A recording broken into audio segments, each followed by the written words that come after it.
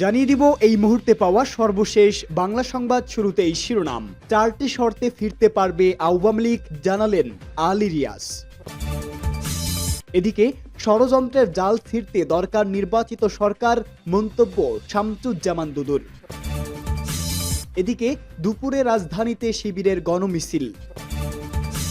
জানাবো বাংলাদেশে বিনিয়োগের পরিকল্পনা, যুক্তরাষ্ট্রের ব্যবসায়ী গোষ্ঠীর আরও উন্নত হবে বাংলাদেশের অর্থনৈতিক খাত। এবং সর্বশেষ জানিয়ে দিব কোটা বিরোধীরা এখন নয়া দল গড়ছেন, ঘোষণা ইউনূসের। সংবাদ শিরোনাম শুনছিলেন, এবারে বিস্তারিত। 4টি শর্তে ফিরতে পারবে আওয়ামী লীগ, জানালেন আলী রিয়াজ। ছাত্র জনতা তীব্র আন্দোলনের মুখে গত 5 আগস্ট শেখ হাসিনা পদত্যাগ করে ভারতে পালিয়ে যাওয়ার পর আওয়ামী লীগের নেতাকর্মীরা আত্মগোপনে চলে যান। অনেকে ভারতে কিংবা অন্য দেশে চলে গেছেন, এছাড়া অনেকে আটকা হয়ে কারাগারে আছেন। ফলে দলের নেতৃত্ব কিংবা কার্যক্রম কোনোটাই এখন দৃশ্যমান নয়। এদিকে 49 বছর আগে 1975 সালের 15ই আগস্টে বাংলাদেশের প্রতিষ্ঠাতা রাষ্ট্রপতি শেখ মুজিবুর রহমানকে সপরিবারে হত্যাকাণ্ডের পরও ভয়াবহ এক সংকটকালের মুখোমুখি হতে হয়েছিল দেশের সবচেয়ে প্রাচীন এই রাজনৈতিক দল এই আওয়ামী লীগকে। সেই সংকট কাটাতে সময় লেগেছিল দীর্ঘ 21 বছর। জুলাই এবং আগস্টে গণহত্যার সঙ্গে সরাসরি জড়িয়ে পড়া আওয়ামী লীগ এবার ফিরতে কত সময় লাগবে, এই প্রশ্ন ঘুরপাক খাচ্ছে জনমানুষের মনে। আওয়ামী লীগের পুনরুত্থানের জন্য যে 4টি শর্ত উল্লেখ করা হয়েছে, 16 বছরের শাসন আমলে, বিশেষ করে 2024 সালের আন্দোলনের সময় সংগঠিত অপরাধের জন্য নিঃশর্ত ক্ষমা চাওয়া, 2 দলের বর্তমান মতাদর্শ পরিত্যাগ করা, 3 শেখ হাসিনার পরিবারের কোনো সদস্যকে আর নেতৃত্বে না রাখা, 4 মানবতা বিরোধী অপরাধ সহ সব নৃশংস অপরাধের বিচার নিশ্চিত করা। অধ্যাপক আলী রিয়াজ ইউনূসের নেতৃত্বাধীন বাংলাদেশ অন্তর্বর্তী সরকার কর্তৃক গঠিত সংবিধান সংস্কার কমিশনের প্রধান হিসাবে দায়িত্ব পালন করছেন। তিনি সংস্কার প্রস্তাব নিয়ে ঐক্যমত গড়ার কাজ করছেন। তিনি বলেন, জুলাই আন্দোলনের সময় যেসব ব্যক্তি গণহত্যার জন্য সরাসরি দায়ী তাদের বিচার করতে হবে, যার মধ্যে শেখ হাসিনাও অন্তর্ভুক্ত। এই শর্তগুলো পূরণ হলে তাদের প্রত্যাবর্তন নিয়ে আলোচনা করা যেতে পারে বলেও মন্তব্য করেন তিনি। ষড়যন্ত্রের জাল ছিঁড়তে দরকার নির্বাচিত সরকার, শামসুজ্জামান দুদু।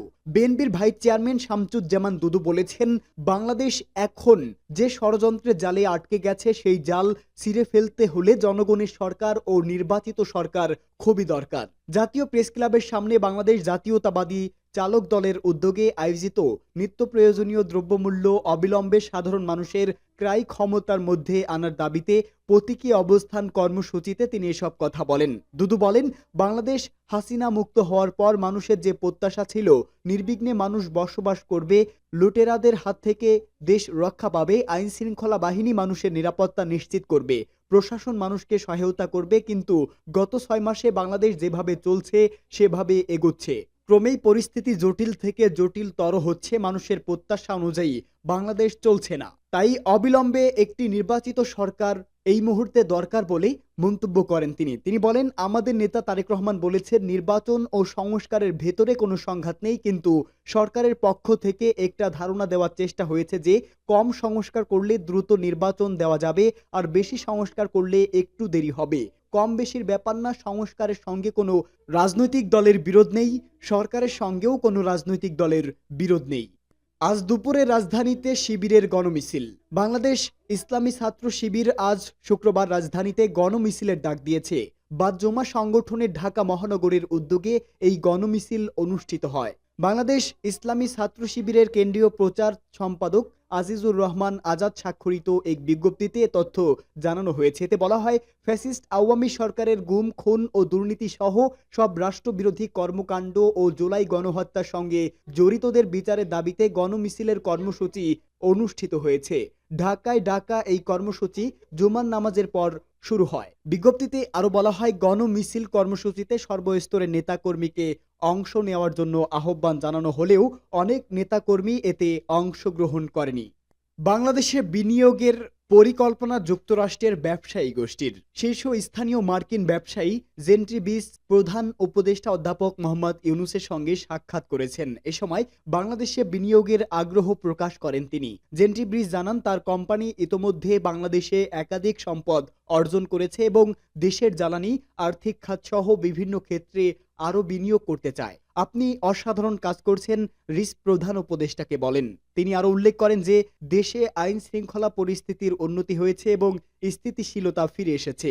এখনই বাংলাদেশে আরও বিনিয়োগের সময়, এখানে থাকতে পেরে আমরা উচ্ছ্বাসিত, বলেন রিস, যিনি প্যারামাউন্ট ইউএসএ এরও চেয়ারম্যান। তিনি আরও জানান তার কোম্পানির রিয়েল এস্টেট, বিশেষ করে স্বল্প ব্যয় সামাজিক আবাসন, বিমান ও প্রতিরক্ষা খাতেও বিনিয়োগে আগ্রহী। অধ্যাপক ইউনূস এই সংকটপূর্ণ সময়ে বাংলাদেশে বিনিয়োগের জন্য বিসকে স্বাগত জানান। তিনি বলেন, অন্তর্বর্তীকালীন সরকার বাংলাদেশে আরও সরাসরি বিদেশি বিনিয়োগ আকর্ষণের জন্য নীতি সংস্কার কার্যক্রম চালিয়ে যাচ্ছে।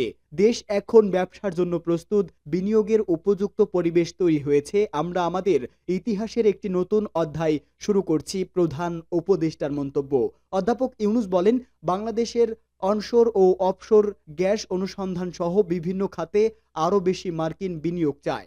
আফ্রিকায় বিনিয়োগকারী এবং পাকিস্তানে বিনিয়োগের পরিকল্পনাকারী বিস বলেন, বাংলাদেশে আরও মার্কিন বিনিয়োগ হলে শ্রমিকদের মজুরি বৃদ্ধি পাবে। আমরা বাংলাদেশকে আরও মহান করব। তিনি বলেন, বৈঠকে প্রধান উপদেষ্টার বিশেষ দূত লুৎফে সিদ্দিকী, বাংলাদেশ বিনিয়োগ উন্নয়ন কর্তৃপক্ষের চেয়ারম্যান আশিক চৌধুরী এবং এসডিজি বিষয়ক সিনিয়র সচিব লামিয়া মুর্শেদ উপস্থিত ছিলেন।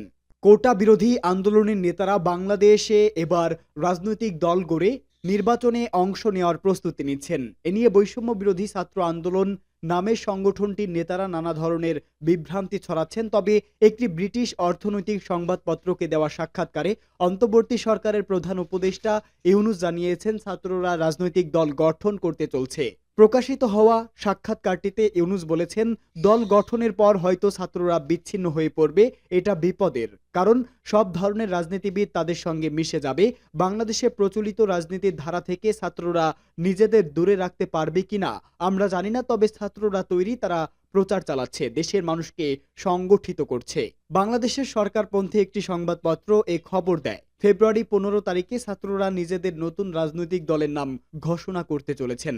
সরকারের উপদেষ্টা হিসেবে দায়িত্বে থাকা দুই ছাত্র নেতা নাহিদ ইসলাম ও আসিফ মাহমুদ তার আগে সরকারি পদ থেকে ইস্তফা দিয়ে নতুন দলে যোগ দেবেন। বর্তমানে জাতীয় নাগরিক কমিটি নামে একটি সামাজিক সংস্থা তৈরি করে থানা স্তর পর্যন্ত হবু দলের সংগঠন গড়ার কাজ চালাচ্ছেন ছাত্র নেতারা। বাংলাদেশের অন্য একটি সংবাদ মাধ্যমের খবর সহকারে থাকা দপ্তরহীন উপদেষ্টা কিন্তু ইউনূসের বর্ণিত মেটিকুলাসিস ডিজাইন করা হাসিনা উচ্ছেদ আন্দোলনের প্রকৃত মাস্টারমাইন্ড মাহফুজ আলম আপাতত সরকারে থাকছেন। তিনি ইস্তফা দিতে পারেন জুনে। তবে উপদেষ্টা নাহিদ জানিয়েছে, তার ও আসিফের ইস্তফার বিষয়ে কোনো সিদ্ধান্ত এখনো হয়নি।